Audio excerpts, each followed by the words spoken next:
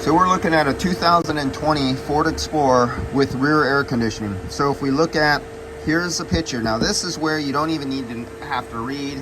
You don't have to try to follow pipes and get confused if you're a young guy, inexperienced, and you don't know the AC system. They literally give you features. Are you front only air conditioning, or are you front and rear air conditioning? This one, you actually have to figure out the engine to figure out what's how much refrigerant you need.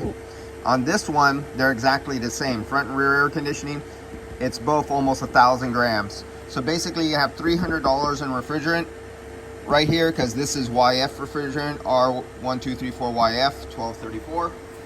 And I'm doing the recovery right now, and this is a front and rear system, as you can see from that mess of lines back there going to the air conditioning, all those Y branches going to the rear, because that's where the accident. So here's a new door. They're putting a new door on right here, a complete door, not just the outer shell. A little hit here, a little of the suspension, a little smack right here. You can see where some of the damage is. You also can see a little nick right there, not much. But the first thing I noticed when I looked under here, because I always look for more stuff, you could see where it smashed in here, hit here. You could see the nick on the frame rail, and you could see the crimp fitting, how it indented. You see that right in there? A little smash right there. Now that's not bad because it's only a little dent, vapor gas. Hey, why do we look like you have a liquid oil there? Interesting. And oh, coolant leaking. That's why. That's your hot water right there, your coolant. There's your expansion valve. Really easy to get to. It's nice when they put them like this, where you can pull the fender cover back and you can grab up here and physically feel that the rear evaporator is leaking or working or not working.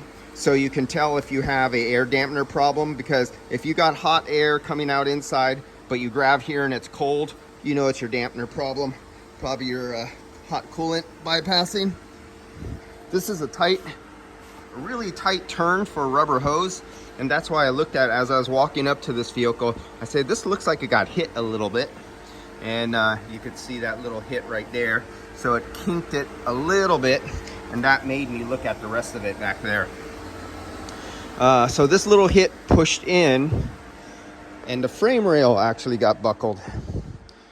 So if you look right here, this metal right here is actually pushed in, squeezed, and the metal popped up right here. This would total out the vehicle, actually, that little hit. Now all you guys in some foreign countries are going, oh man, we just leave that go, or we just hit it and pound it and leave it go. But we have lawyers and logistics. We like to sue like crazy. If there's anything could point to somebody with big deep pockets like a shop, and they say, hey, that did the structural integrity of the vehicle, and when it got in an accident, the next time it killed the rear passenger because it collapsed easier. They find any reason whatsoever in this country to sue somebody. So they say, oh, we repair that or total out the vehicle. And this would be a near total because they have to replace it. It's a section that goes up under here all the way to almost the front. And yeah, that's a big repair.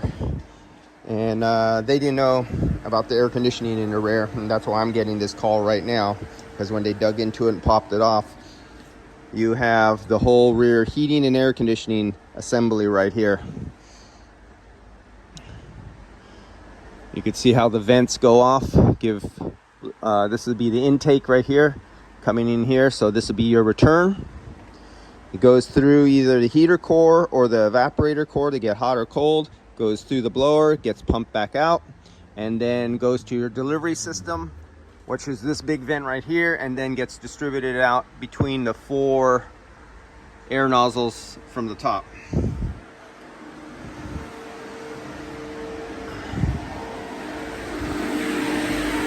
And I'm getting down there. I'm in the minus 12 now.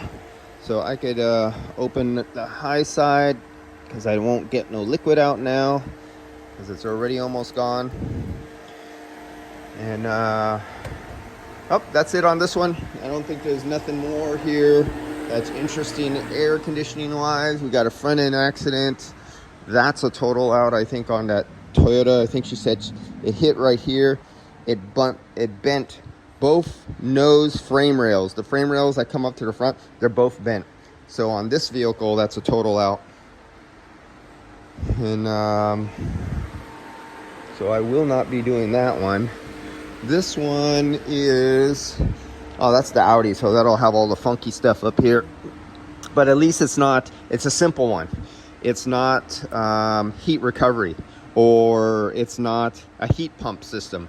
If it was the heat pump system, you'd see this big accumulator here. You'd see about 12 different valves and solenoids, an extra expansion valve, and a whole bunch of wiring harness. And you could say another $6,000 would be right here in this corner if this was an Audi heat pump system.